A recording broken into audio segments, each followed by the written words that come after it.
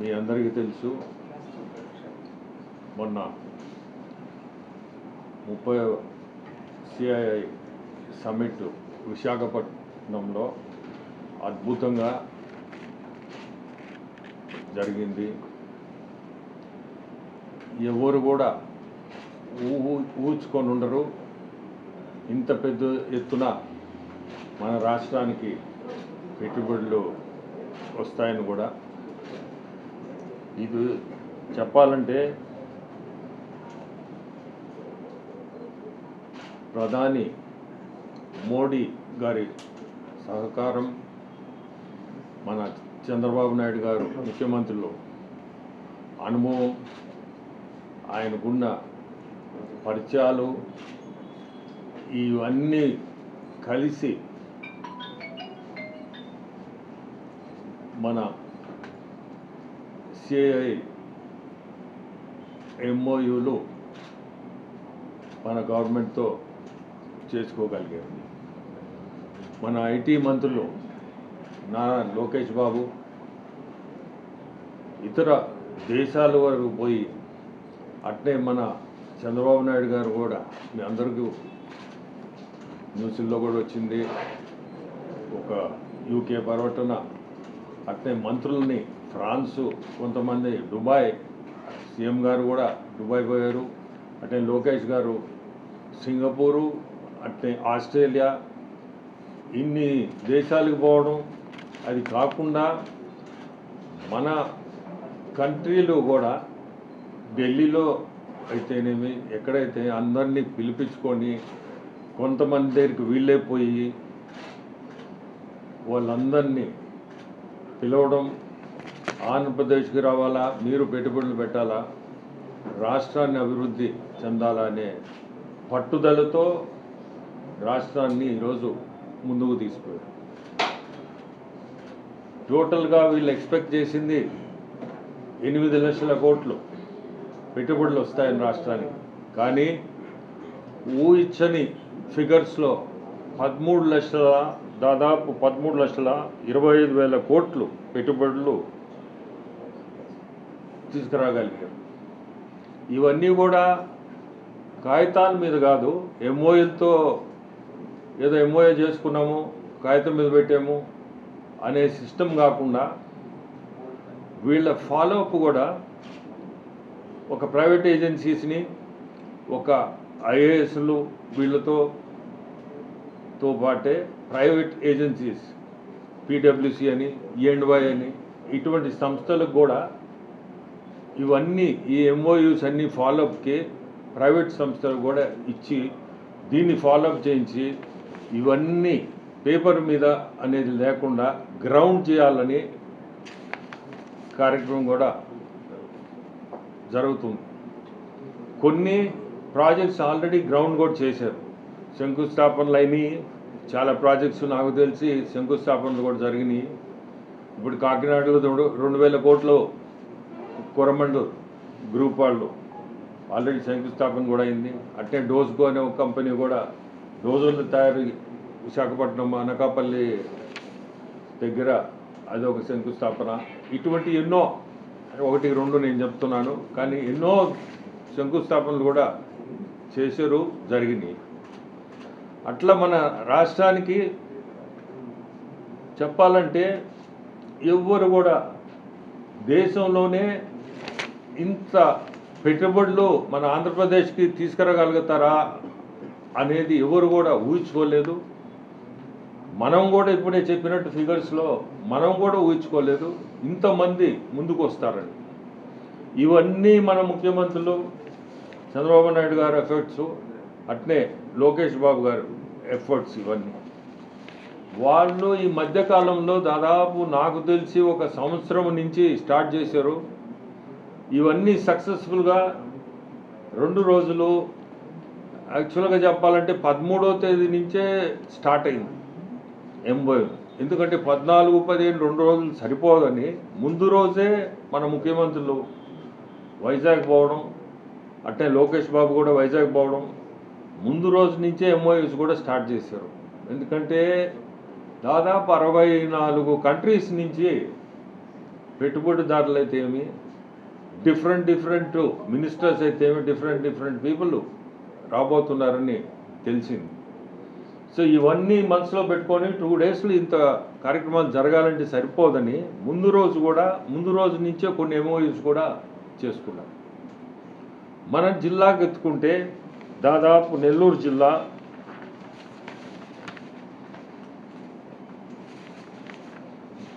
జిల్లాలో దాదాపు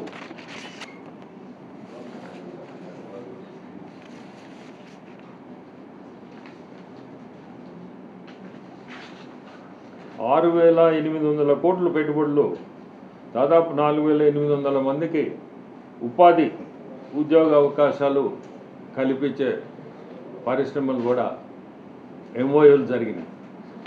వాటిల్లో నంబర్ 1 వచ్చి జేఎం బాక్షి గ్రూప్. వీళ్ళు marine servicing and logistics park వీళ్ళు పెట్టబోతున్నారు. వీళ్ళు దాదాపు 3,000 కోట్లతో 3,000 మందికి ఉద్యోగాలు కూడా అవకాశం కల్పించే ఒక సంస్థ ఇది. రెండోది ఇండోసోల్ సోలార్ ప్యానల్స్, దాదాపు 2,200 కోట్లతో ఒక 500 మందికి ఉపాధి కల్పించేది. అది కూడా రెండోది, మీ అందరికీ కూడా తెలిసి ఉంటుంది, ఇండోసోల్ది కూడా రాబోతుందని. మూడోది ఆర్సీఆర్టీ అని ఒక IT and infrastructure company.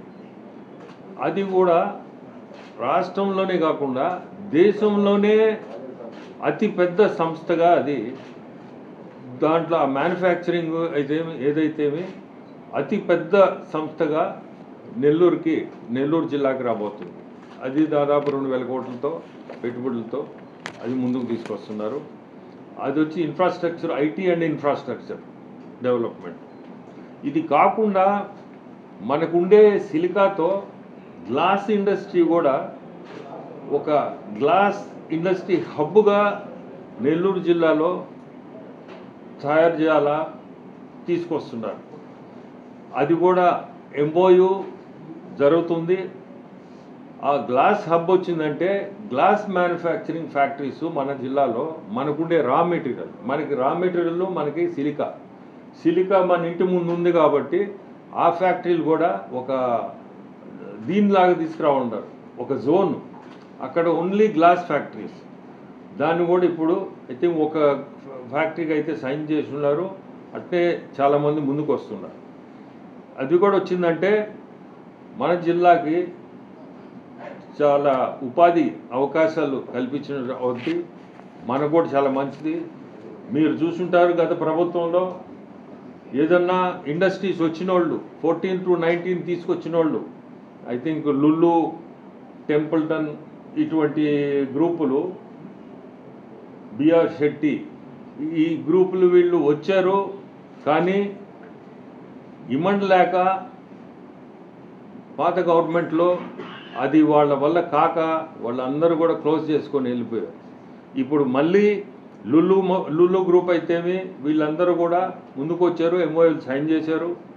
So ఈ ప్రభుత్వం అభివృద్ధి అనేది ముందుకు తీసుకుపోవాలనే మెయిన్ కోరికతోనే ఈ సమిట్ పెట్టడం, ఇన్ని ఎంఓయూస్ చేసుకోవడం, రాష్ట్రంలోనే ఎవరు ఎక్స్పెక్ట్ చేయలేని జరగడం, మన రాష్ట్రానికే ఈరోజు మంచి రోజులు ముందుకి. సో మనందరం కూడా ఒకటే కోరుకోవాలా, ఈ ఇన్వెస్టర్స్ వచ్చేవాళ్ళని కూడా మనందరం ఆహ్వానించాం.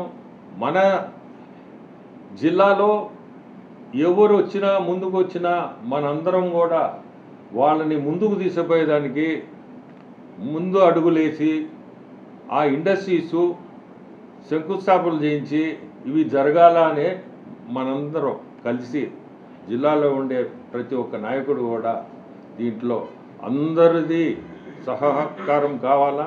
అందరూ కూడా తప్పకుండా ఒక చెయ్యి ఇస్తే ఇది ముందుకు పోతుందని కూడా చెప్తున్నాను. అట్నే మీరందరూ చూస్తున్నారు, రాష్ట్రం కూడా ఈరోజు ఉండే పరిస్థితుల్లో ముందుకు పోవాలంటే ఇండస్ట్రీస్ చాలా అవసరం, పెట్టుబడులు అవసరం. లేదంటే ఇన్కమ్ లేని రాష్ట్రం.